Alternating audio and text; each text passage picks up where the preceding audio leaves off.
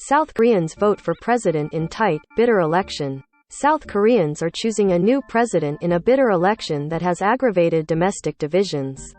Seoul, South Korea. South Koreans were voting for a new president Wednesday, with an outspoken liberal ruling party candidate and a conservative former prosecutor considered the favorites in a tight race that has aggravated domestic divisions. Pre-election surveys showed liberal Lee Jae-myung, a former governor of South Korea's most populous Gyeonggi province, and his main conservative challenger, ex-prosecutor General Yoon Suk-yeol, with neck-and-neck support, way ahead of 10 other contenders. The winner will take office in May and serve a single, 5-year term as leader of the world's 10th largest economy.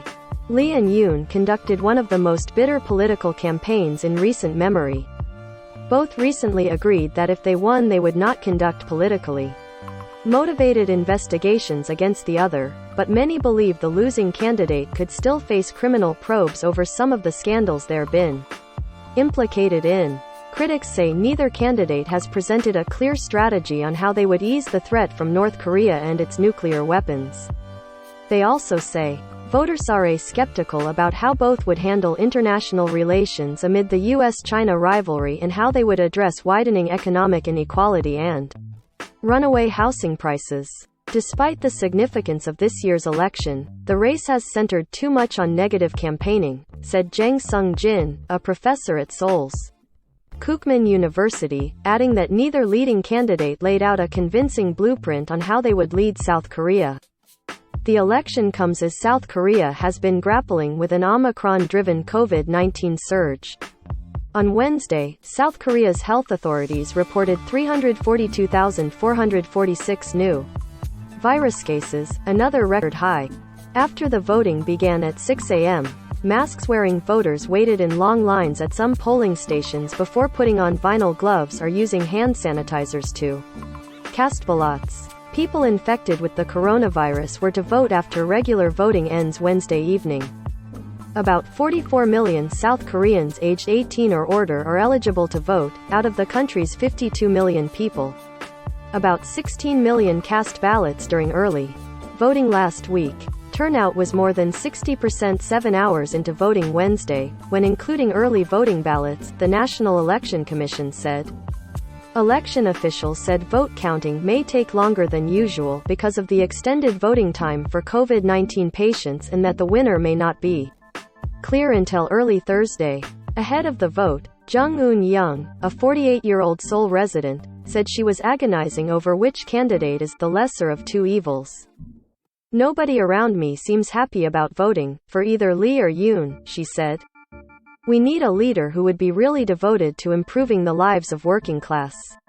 While both Lee and Yoon share some similar economic and welfare policies, they've clashed over North Korea and other foreign policy issues.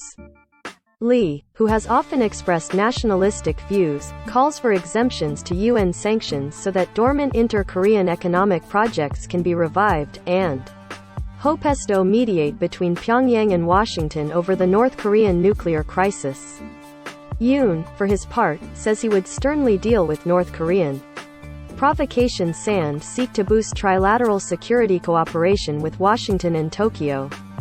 On confrontation between Washington, Seoul's top military ally, and Beijing, its biggest trading partner, Lee says picking a side would pose a greater security threat to South Korea.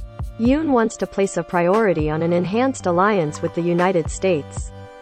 After North Korea's latest reported ballistic missile launch Saturday, Yoon accused North Korean leader Kim Jong-un of trying to influence the results of the South Korean election in favor of Lee. "I would teach him some manners and make him come to his senses completely," Yoon told a rally near Seoul. Lee wrote on Facebook that he would push for a diplomatic solution to North Korean nuclear tensions but won't tolerate any act that would raise animosity. South Korea's constitution limits a president to a single 5-year term, so Lee's party colleague, President Moon Jae-in, cannot seek a re-election. Moon came to power in 2017 after conservative President Park Geun-hye was impeached and ousted from office over a huge corruption scandal. With conservatives initially in shambles after Park's fall, Moon's approval rating at one point hit 83% as he pushed hard to achieve reconciliation with North Korea and delve into alleged corruption by past conservative leaders. He eventually faced strong backlash as talks on North Korea's nuclear program faltered and his anti-corruption drive raised questions of fairness. Yoon had been Moon's prosecutor general but resigned and joined the opposition last year following infighting over probes of Moon's allies. Yoon said those investigations were objective and principled, but Moon's supporters said he was trying to thwart Moon's prosecution reforms and elevate his own political. Yoon's critics have also attacked him over a lack of experience in party politics, foreign policy and other key state affairs. Yoon has responded he would let experienced officials handle state affairs that require expertise. Lee, a former human rights lawyer who entered local politics in 2005, has established an image as a tough-speaking, anti-elitist who can get things done and fix establishment politics. But his opponents call him a dangerous populist relying on divisions and demonizing opponents. Yoon has launched a political offensive on Lee over allegations that Lee is a key figure in a corrupt land development project launched in the city of Sungnam when he was mayor there. Lee has tried to link Yoon to that scandal. Both of their wives have offered public apologies over separate scandals. Whoever wins will likely struggle to bridge conservative-liberal divisions, some experts say.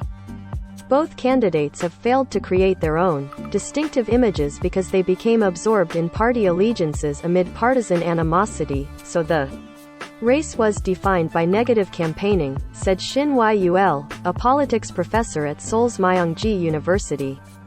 Whoever wins will be tasked with an important but difficult task of healing the divisions.